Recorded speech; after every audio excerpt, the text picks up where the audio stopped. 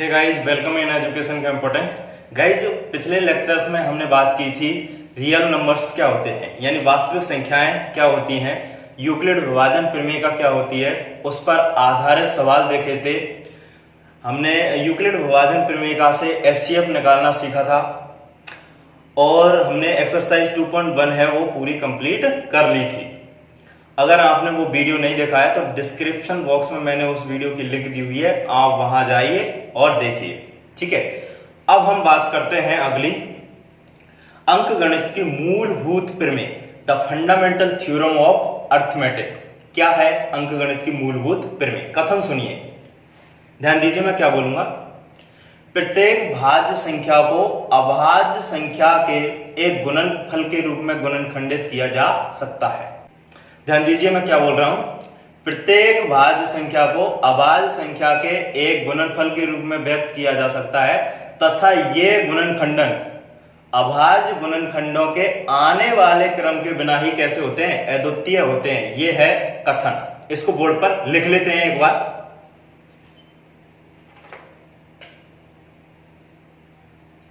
प्रत्येक भाज्य संख्या को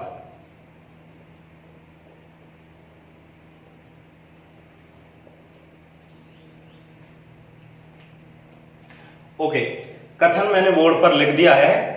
प्रत्येक भाज्य संख्या को अभाज्य संख्याओं के एक गुणनफल के रूप में व्यक्त किया जा सकता है तथा ये गुणनखंडन अभाज्य गुणनखंडों के आने वाले क्रम के बिना ही कैसे होते हैं? अद्वितीय होते हैं। चलिए एग्जाम्पल से हम इसको समझते हैं। एग्जाम्पल है हमारा, जैसे कि हम एग्जाम्पल लेते हैं। एग्जाम्पल हमारा फर्स्ट है एक्सरसाइज 2.2 का। हमने ले लिया 5005।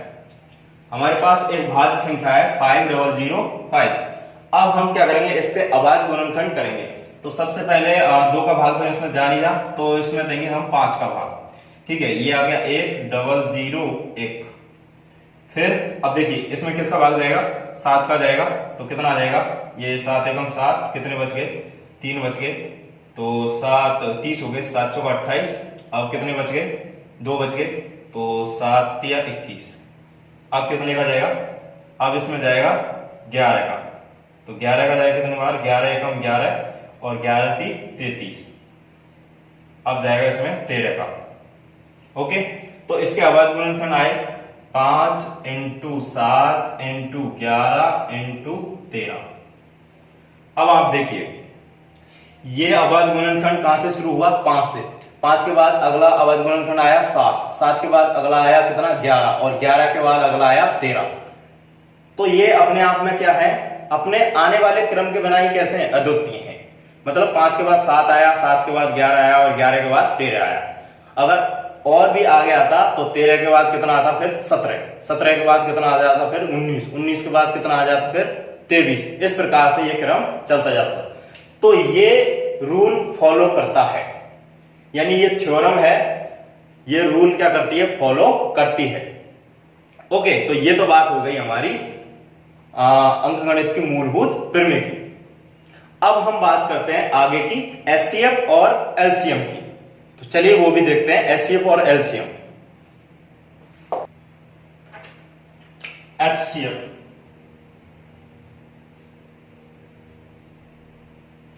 फुल फॉर्म क्या होती है एचसीएफ की?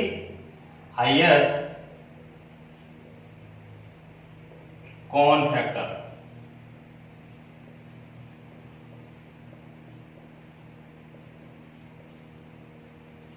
हाईएस्ट कॉमन फैक्टर यानी कि महत्तम समापवर्तक।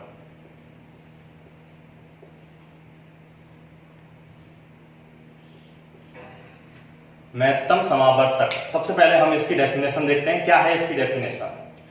इसकी डेफिनेशन कहती है कि दी हुई संख्याओं का एचसीएफ, ध्यान दीजिए मैं क्या बोल रहा हूं, दी हुई संख्याओं का एचसीएफ वह बड़ी से बड़ी संख्या होती है जिसका दी हुई संख्या में भाग चला जाए। चलिए बोर्ड पे लिखते हैं इसको।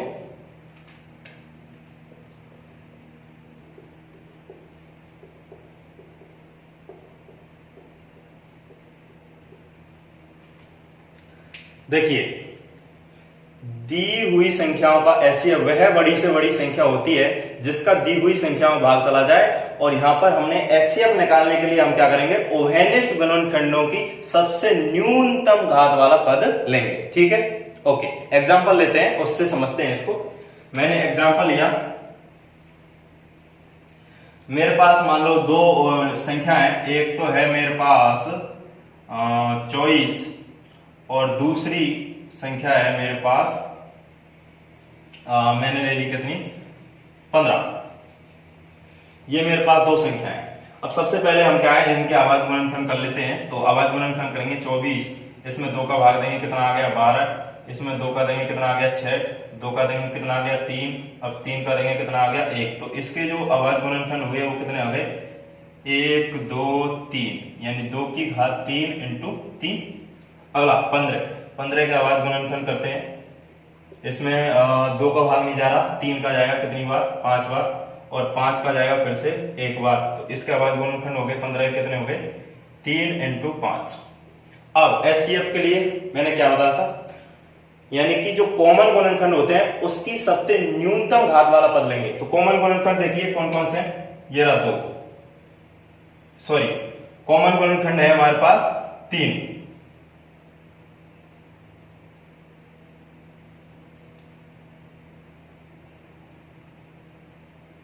अच्छा, कॉमन गुणनखंड कौन से हैं, तो देखिए कॉमन गुणनखंड है हमारे पास 3 और इसकी न्यूनतम घात क्या है, 1 है। तो एचसीएफ क्या आ जाएगा, एचसीएफ हो जाएगा 3। ठीक, बात समझ में आई। अगले अब बात करते हैं एलसीएम की। अगली बात किसकी करेंगे, एलसीएम की। ओके, एलसीएम फुल फॉर्म क्या है, लीस्ट कॉमन मल्टीपल।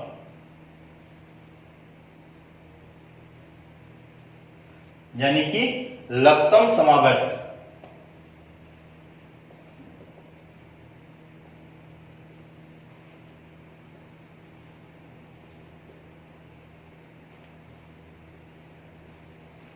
लघुत्तम समावर्त, ध्यान दीजिए मैं क्या बोल रहा हूं। दी हुई संख्याओं का एलसीएम वह छोटी से छोटी संख्या होती है जिसमें दी हुई संख्याओं का भाग चला जाए।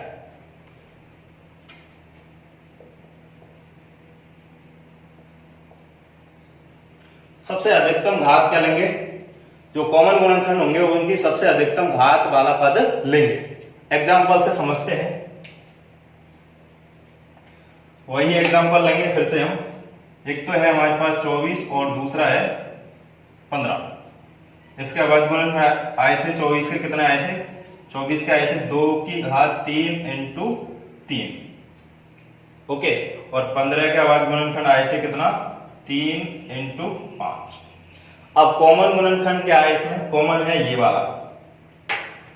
हमारा जो कॉमन गुणनखंड है वो ये है और इसकी न्यूनतम घात कितनी है, 1। तो हम इसमें क्या है, अधिकतम घात लेंगे। तो इसमें अधिकतम घात कितनी है, 1। तो एलसीएम 3। ये तो है हमने कॉमन गुणनखंड ले लिया और इसकी क्या ले ली, अधिकतम घात, और बाकी सबको पटक दो गुणा में। कितना आ गया, 3 इंटू 8 इंटू 5 इजिकल्स टू 120। तो इस प्रकार से हम एचसीएफ और एलसीएम निकालते हैं। देखिए मैं आपको कॉन्सेप्ट बताऊंगा, सवाल आप खुद से करोगे। यही होता है मैथ के डर को दूर करना। और मैंने बताया था आपको, और मेरा जो मेन मोटिव है वो है आपके मैथ के डर को दूर करना। तो मैं आपको विधि सिखाऊंगा, आप सवाल खुद से करेंगे। यही है मैथ के डर को दूर करने का तरीका। ठीक, अच्छा, अब हम हमारी जो मूलभूत प्रमेय थी उस पर आधारित एक फॉर्मूला देखते हैं।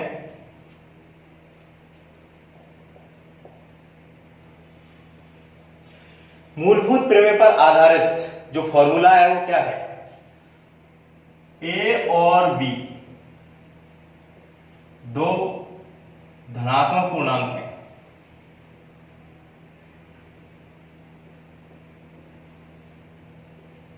तब ए और बी दो धनात्मक पूर्णांक है, तब एचसीएफ ए कॉमा बी इंटू एलसीएम ए कॉमा बी बराबर होता है ए इंटू बी के।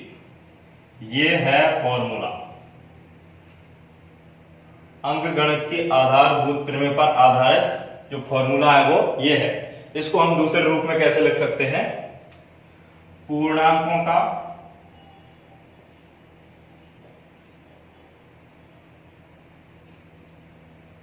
गुणनफल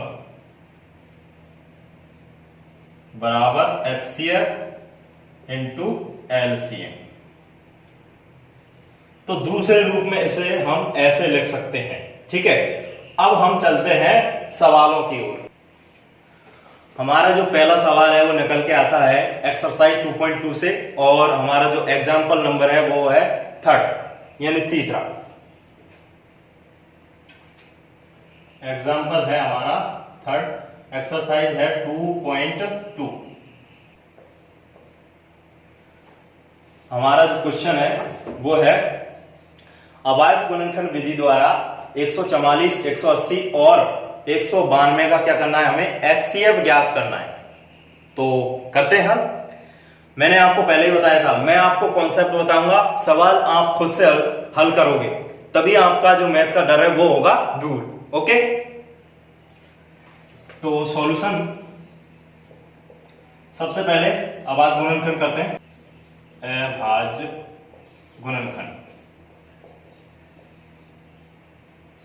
अभाज्य गुणनखंड करते हैं तो सबसे पहले हम इनको ऐसे लिख लेंगे।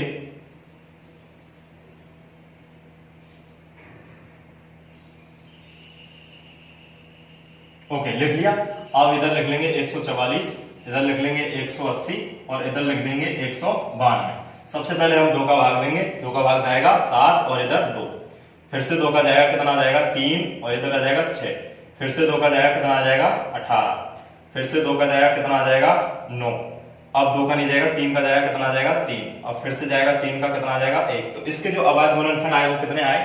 यहाँ पर लिख लेंगे हम 144 और इसके आए देखिए 1 2 3 4 यानी 2 की घात 4 और 3 की घात 2 यानी 2 की घात 4 इंटू 3 की घात 2। ठीक, अब ये वाला 180, इसमें 2 का देंगे कितना आ गया 90, फिर से 2 का देंगे कितना आ गया 45। अब इसमें 2 का नहीं जाएगा 3 का जाएगा, कितनी बार जाएगा 15 बार, फिर से 3 का जाएगा कितनी बार 5 बार, अब 5 का देंगे 1 बार। तो इसके जो अभाज्य गुणनखंड आए वो कितने आए? 180 के आए भाई, 2 की घात 2, 3 की घात 2 और 5, 2 की घात 2 इंटू 3 की घात 2 इंटू 5। ठीक, अगला इसमें 2 का देंगे कितनी बार जाएगा 9 दूनी 18 और कितने बच के 1 यानी 12 दूनी यानी कि 6 दूनी बार 96 आ गए। 2 का देंगे कितनी बार जाएगा 2 चौका 8 और 2 अट्ठे 16। इधर फिर से 2 का देंगे कितना आ जाएगा ये 24, फिर से 2 का देंगे कितनी आ जाएगा ये 12, फिर से 2 का देंगे कितना आ जाएगा ये 6, फिर से 2 का देंगे कितना आ जाएगा 3, अब 3 का देंगे कितना आ जाएगा 1। तो कितना बना ये 1 2 3 4 5 6 यानी कि 192 को लिख देंगे हम 2 की घात 6 इंटू 3। ओके, तो ये तो कर लिया हमने अभाज्य गुणनखंड। अब हमें निकालना है एचसीएफ। एचसीएफ की डेफिनेशन क्या देखी थी? एचसीएफ की डेफिनेशन कहती है कि दी हुई संख्याओं का एचसीएफ वह बड़ी से बड़ी संख्या होती है जिसमें दी हुई संख्याओं का भाग चला जाए। और मैंने निकालने के लिए क्या ट्रिक बताई थी? मैंने बताया था कि उभयनिष्ठ गुणनखंडों की सबसे न्यूनतम घात लें। ठीक है, वही करेंगे। उभयनिष्ठ गुणनखंड देखिए 2 इसमें है, इसमें है, इसमें सब में है। सबसे न्यूनतम घात वाला पद कौन सा है? 2 की घात 2। फिर और देखिए 3 इसमें है, इसमें है, इसमें है। सबसे न्यूनतम घात वाला पद क्या है? 3 की घात 1। तो एचसीएफ आ जाएगा एचसीएफ ऑफ 144, 180 और 192 कितना आ जाएगा 2 की घात 2 की घात 2 इंटू 3 कितना आ गया 12 आ गया एचसीएफ। एलसीएम निकालेंगे। एलसीएम 144, 180 और 192 क्या बताया था एलसीएम के लिए? उभयनिष्ठ गुणनखंडों की सबसे अधिकतम घात वाला पद लेंगे। तो उभयनिष्ठ गुणनखंड कौन से हैं? एक तो 2 हो गया, सबसे अधिकतम घात वाला पद कौन सा आ गया ये? तो इधर लिख लेंगे 2 की घात 6। फिर 3 है तो 3 की घात लिख लेंगे 2, बाकी बचे कुचे को गुणा में रख देंगे। तो कितना आ गया ये 128 इंटू 9 इंटू 5 कितना आ गया 2880। तो ये आ गया हमारा एलसीएम और ये आ गया हमारा एचसीएफ। तो मैंने आपको कॉन्सेप्ट बता दिया, अब आप अभाज्य गुणनखंड विधि वाले सवाल खुद से कर सकते हो। ठीक है, अब हम वो जो फॉर्मूला हमने देखा था उस पर आधारित सवाल देखते हैं। तो ये हो गया।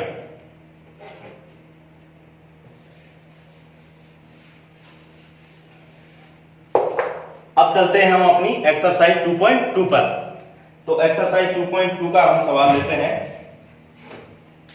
अभाज्य गुणनखंड विधि वाला सवाल तो मैंने अभी एग्जांपल की तरह बता ही दिया, तो वो वाले सवाल तो आप वहां से हल कर लो। अब मैं बता रहा हूं आपको एग्जांपल प्रश्न नंबर 2, यानी हमारा जो क्वेश्चन नंबर है वो है सेकंड, और एक्सरसाइज हमारी 2.2 है। क्या कह रहा है क्वेश्चन?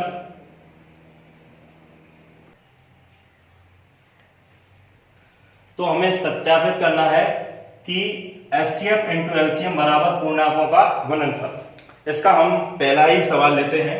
हमारा जो पहला सवाल है 96 और 404। ओके, 96 और 404। सबसे पहले हम क्या करेंगे, अभाज्य गुणनखंड करेंगे। तो सॉल्यूशन सबसे पहले हम इनको ऐसे लिख लेंगे 96 और इधर इसको लिख लेंगे 404। 96 के अभाज्य गुणनखंड 2 का भाग देंगे, कितनी बार गया देखो, 2 का भाग गया इसमें, कितनी बार गया 48 बार। 2 का भाग देंगे कितनी बार गया 24 बार। फिर से 2 का देंगे कितनी बार गया यहाँ पर 12 बार। फिर से 2 का देंगे कितनी बार गया 6 बार। फिर से 2 का देंगे कितनी बार गया 3 बार, और 3 का गया फिर 1 बार। तो इसके अभाज्य गुणनखंड आ गए क्या, इसके अभाज्य गुणनखंड आ गए भाई 96 के जो अभाज्य गुणनखंड आए वो आए 2 की घात 1 2 3 4 5 5 इंटू 3। ओके, अब हम देखते हैं 404। तो 2 का देंगे कितनी बार गया, ये 404 है। 2 का देंगे कितनी बार गया 202। फिर से 2 का देंगे 101।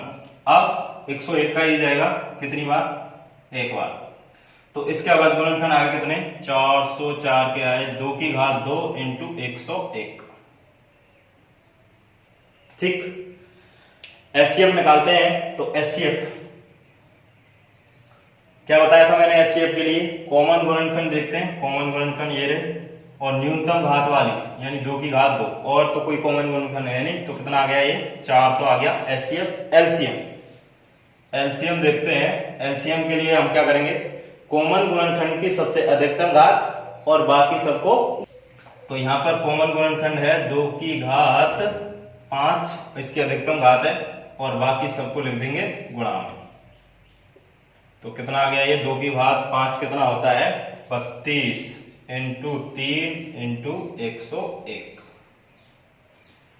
ठीक है, तो कितना आ गया ये 96 इंटू 101। तो 96 इंटू 101 कितना होता है, ये हो जाएगा हमारा 96। ओके, अब हमें करनी है सत्यता की जांच, यानी सत्यापित करना है। सत्यापित सबसे पहले एचसीएफ इंटू एलसीएम देखते हैं। तो एचसीएफ इंटू एलसीएम, एचसीएफ कितना है हमारा 4 और एलसीएम कितना है 96। तो 96 गुणा करते हैं, कितना आ जाएगा ये 4 छकी 24 और 4 ना 36 और 2 हासिल की 38। 4 छकी 24 और 3 27 और 4 नाम 36 और 2 38। 38,784। दोनों का गुणनखंड करेंगे अब पूर्णांक का गुणनफल।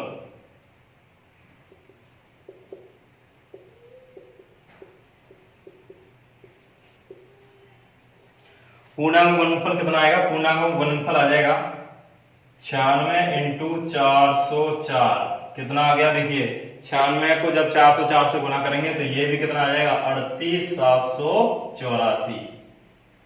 तो आप गुना करके देख लीजिए, यही आएगा। तो ये हमारा क्या हो गया, सत्यापित हो गया। तो अब देखिए, मैंने आपको अभाज्य गुणनखंड विधि से एचसीएफ ज्ञात और एलसीएम ज्ञात करना सिखा दिया। इसके बाद उसको सत्यापित करना भी मैंने आपको सिखा दिया। अब आप सवाल कर सकते हो, ठीक है, एक्सरसाइज के। ओके, एक सवाल और लेता हूं जिससे ये पूरा अच्छी तरह से क्लियर हो जाएगा।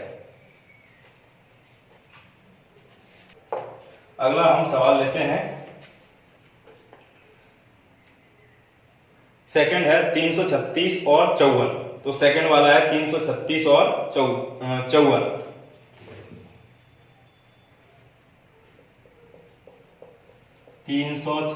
और 54, इससे बिल्कुल एकदम क्लियर हो जाएगा। तो सबसे पहले वही करेंगे हम, सॉल्यूशन अभाज्य गुणनखंड करेंगे।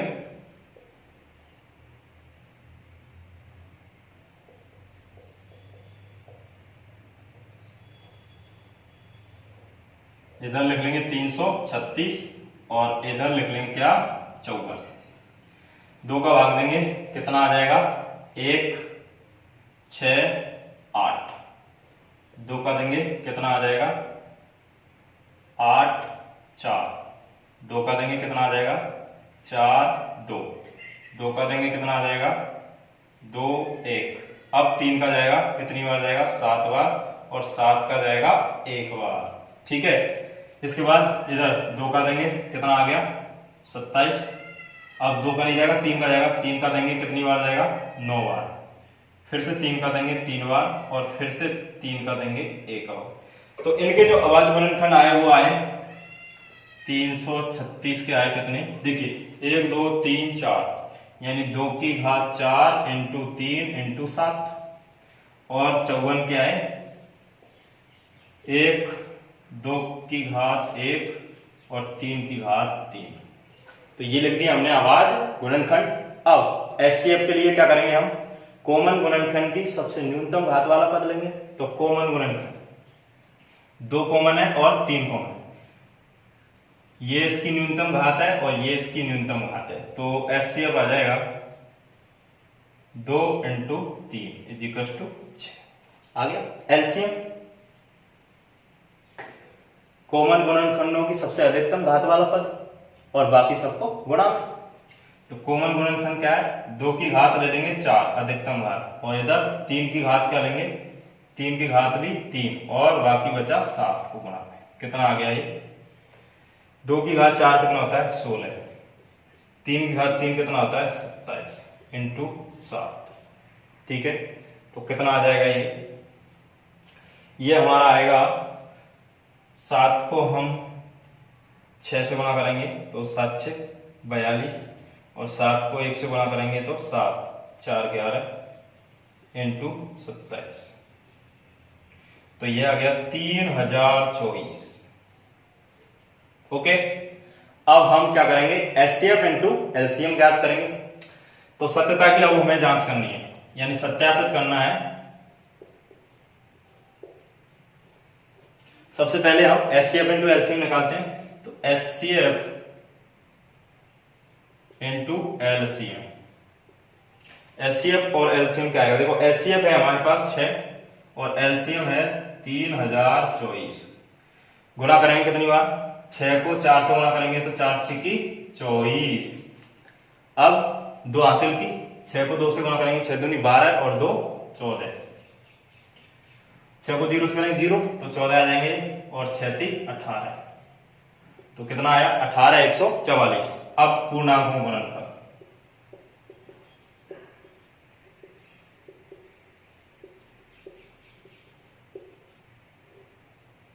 पूर्णांक क्या है, एक तो है हमारे पास 336 और दूसरा है कितना 54। तो जब इन दोनों को गुणा करेंगे तो भी कितना आ जाएगा 18 144। आप गुणा करके देख सकते हो। तो इस टाइप के सवाल हम ऐसे सॉल्व करते हैं। अब मैं आपको एक सवाल और है वो आपको करके बताता हूं।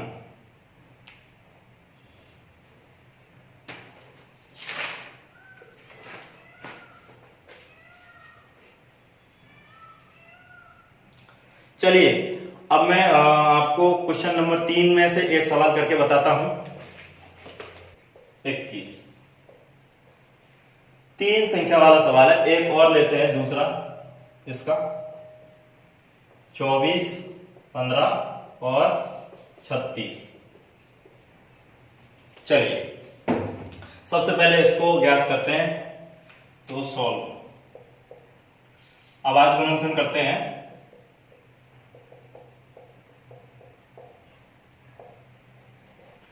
बारह के आवाज गुणनखंड क्या देंगे, देखो 12 को हम इस प्रकार से 2 का देंगे, कितना आ जाएगा 6, 2 का देंगे 3 और 3 का देंगे 1। तो 12 के जो आवाज गुणनखंड आ गए वो कितने आ गए, 2 की घात 2 इंटू 3। ठीक, इसके बाद 15, इसमें तो 2 का जाएगा नहीं, 3 का जाएगा 5 बार और 5 का जाएगा 1 बार। तो कितना आ गया ये 15 के 3 इंटू 5। इसके बाद 21, इसमें 3 का जाएगा 7 बार और 7 का जाएगा फिर 1 बार। तो 21 के आ गए 3 इंटू 7। अब हम क्या करेंगे, एचसीएफ निकालना है हमें। तो एचसीएफ के लिए क्या करेंगे, हम कॉमन गुणनखंड देखेंगे और न्यूनतम घात वाला पद। तो देखिए कॉमन, सबसे पहले हम 2 देखते हैं, 2 नहीं है 3 है, इसमें भी है, इसमें भी है और इसमें भी है। तो एचसीएफ आ जाएगा, एचसीएफ हो कितना 12, 15 और 21 का कितना आ जाएगा 3। ठीक, एलसीएम 12, 15 और 21 कितना आ जाएगा हमारा कॉमन गुणनखंड की सबसे अधिकतम घात। तो कॉमन गुणनखंड 3 है, इसकी अधिकतम घात भी 1 ही है, बाकी 2 की घात 2 इंटू 5 इंटू 7। तो ये कितना है 7.35 और इधर कितना है 4 इंटू 3। तो क्या है 35 चौका क्या हो जाएंगे 140। तो 3 इंटू 140 कितने हो गए, 3 को जब गुणा कराएंगे तो ये हमारा आ जाएगा 0, 12 का 2 हासिल लगी 1, 3 एकम 3 लिख 4, 420। ठीक, नेक्स्ट देखते हैं ये वाला, सेकंड वाला सॉल्व करते हैं।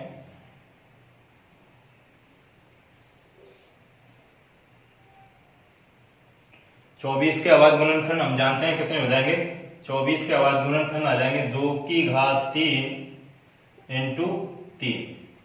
2 की घात 3 8 और 8 दिया 24, 15। 15 के आवाज गुणनखंड क्या है 3 इंटू 5 और 36। 36 के आवाज गुणनखंड कितने आ जाएंगे,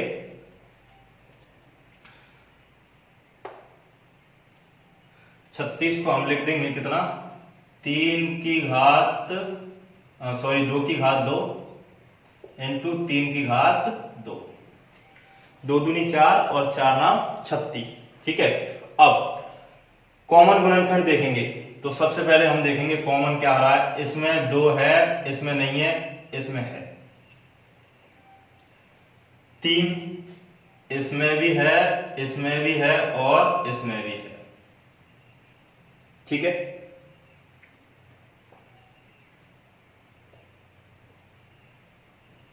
तो एचसीएफ आ जाएगा, एचसीएफ हो कितना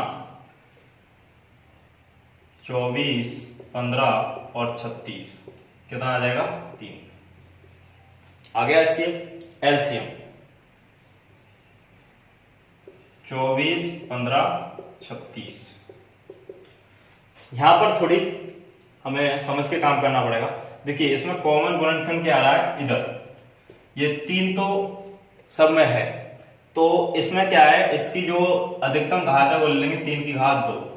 इसके बाद 2 इसमें है पर इसमें नहीं है, तो हम क्या करेंगे अधिकतम घात वाला पद लेंगे, इसमें नहीं है कोई दिक्कत नहीं है। यहां पर हम क्या है, क्योंकि हमारी डेफिनेशन कहती है कि वह छोटी से छोटी संख्या जिसमें दी हुई संख्याओं को भाग चला जाए, तो यहां पर हम लेंगे 2 की घात 3 और इधर पड़ा है क्या 5। तो कितना आ जाएगा ये 9 इंटू 8 इंटू 5। तो कितना आ जाएगा 5 8 40, 9 इंटू 40 तो 360। एलसीएम कितना आ गया 360। अब 360 में इन सभी संख्याओं का भाग चला जाएगा। तो इस प्रकार से हम करते हैं ऐसे सवालों को हल। अब हमारा जो लास्ट क्वेश्चन है वो है question number 5। Very very important question है, वो कर लेते हैं और हमारी एक्सरसाइज 2.2 कंप्लीट।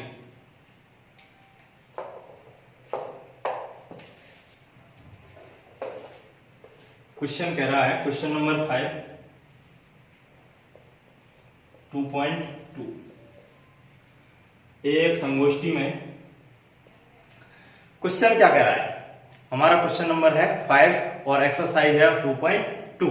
क्वेश्चन क्या कह रहा है, देखिए, एक संगोष्ठी में हिंदी, अंग्रेजी और गणित में भाग लेने वाले प्रतिभागियों की संख्या दी हुई है हमें 60, 84 और 108।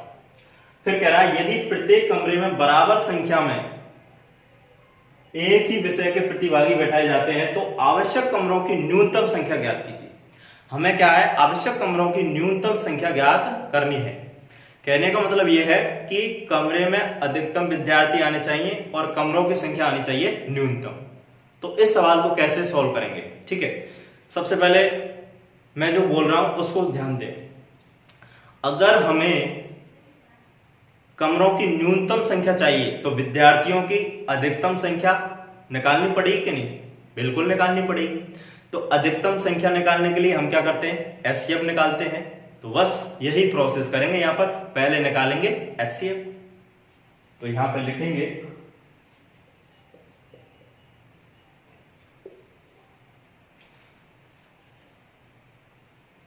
कमरों में बैठाए जाने वाले अधिकतम सहभागियों की संख्या के लिए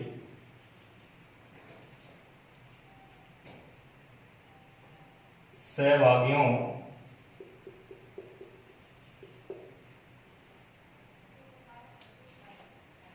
के एचसीएफ से सहभागियों का एचसीएफ निकालेंगे। तो सबसे पहले हम इनके कर लेंगे आवाज गुणनखंड। इधर लिख लेंगे कितना, 60, इधर लिख लेंगे 84 और इधर लिख लेंगे 108। 2 का भाग देंगे 30, फिर से 2 का देंगे 15, फिर 3 का देंगे 5 और 5 का देंगे 1। इधर फिर 84 में 2 का देंगे, कितनी बार आ जाएगा ये, 42, 2 का देंगे 21, 3 का देंगे कितना 7 और 7 का देंगे 1। इधर 2 का देंगे कितना आ गया 54, 2 का देंगे कितना आ गया 27, 2 का देंगे कितना आ गया 3 का देंगे अब 9, फिर से 3 का देंगे 3 और 3 का देंगे 1। तो इनके जो आवाज गुणनखंड आए वो आए 60 के आए कितनी, 2 की घात 2 इंटू 3 इंटू 5।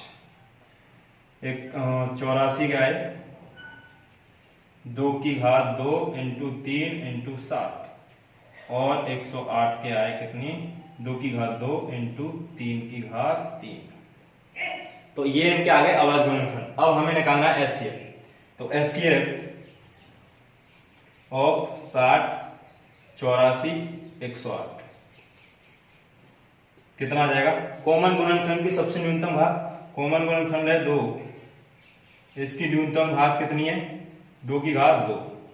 फिर कॉमन गुणनखंड कौन सा आ रहा है 3, तो इसकी न्यूनतम घात कितनी है 3 की घात 1। कितना आ गया 4 3 12। तो एक कमरे में जो अधिकतम विद्यार्थी हैं एक ही विषय के वो बैठाए जा सकते हैं कितने, 12। अब कमरों की न्यूनतम संख्या आ जाएगी। तो कमरों की न्यूनतम संख्या,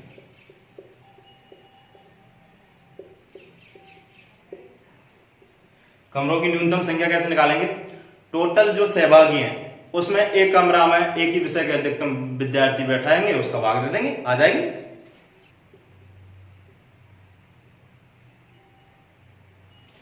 तो कितने हैं टोटल, 60 प्लस 84 प्लस 108। और एक कमरे में अधिकतम कितने आ सकते हैं 12। तो कितना आ जाएगा ये, जोड़ लेंगे कितना आ गया 252 बट्टे 12। 12 का भाग देंगे कितनी बार गया 21। 21 कमरे। तो टोटल कितने कमरे आ जाएंगे 21 कमरे आ जाएंगे। तो इस वीडियो में गाइस इतना ही, बाकी हम अगले लेक्चर्स में बात करेंगे।